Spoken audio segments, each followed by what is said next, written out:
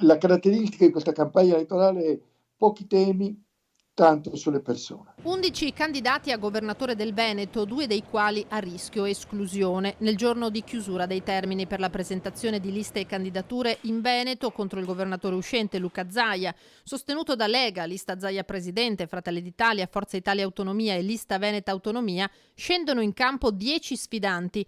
Arturo Lorenzoni, candidato del Partito Democratico, Il Veneto che vogliamo, Europa Verde, Sanca Autonoma e Più Veneto in Europa Volt.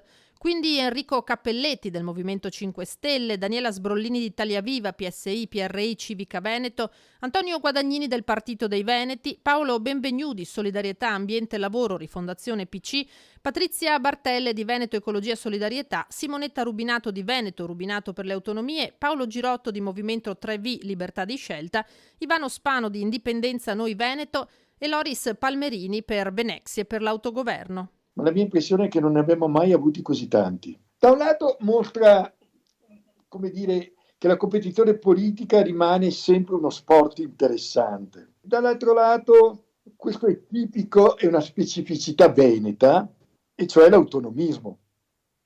Cioè, tutte queste candidature sono in larga parte candidature autonomistiche. Ecco, questo non si osserva in nessun'altra parte d'Italia e fa del Veneto una regione a parte.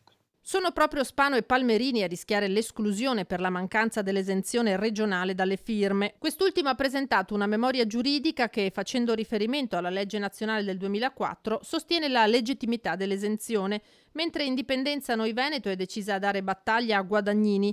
L'intenzione è contestare l'esenzione concessa al candidato del Partito dei Veneti, guadagnata venendo eletto 5 anni fa proprio con Indipendenza. Quanto alla competizione in sé, per il politologo Feltrin riserva molte incognite, prima tra tutte l'affluenza. Noi non abbiamo la più pallida idea di quale sarà la partecipazione elettorale, per tre ragioni, e cioè non abbiamo mai votato in autunno, la campagna elettorale è una campagna elettorale anomala, e terza ragione, la preoccupazione Covid. Un vantaggio c'è da parte di chi governa. In ogni caso è una campagna elettorale, anche qui da studiare, perché prevalentemente svolta sui social. E sotto un certo profilo è una sorta di esperimento metodologico, cioè vedere in condizioni estreme come reagiscono gli elettori, nel caso del Veneto gli elettori veneti, a una campagna elettorale, tra virgolette, in tempi di guerra. Vedremo, sarà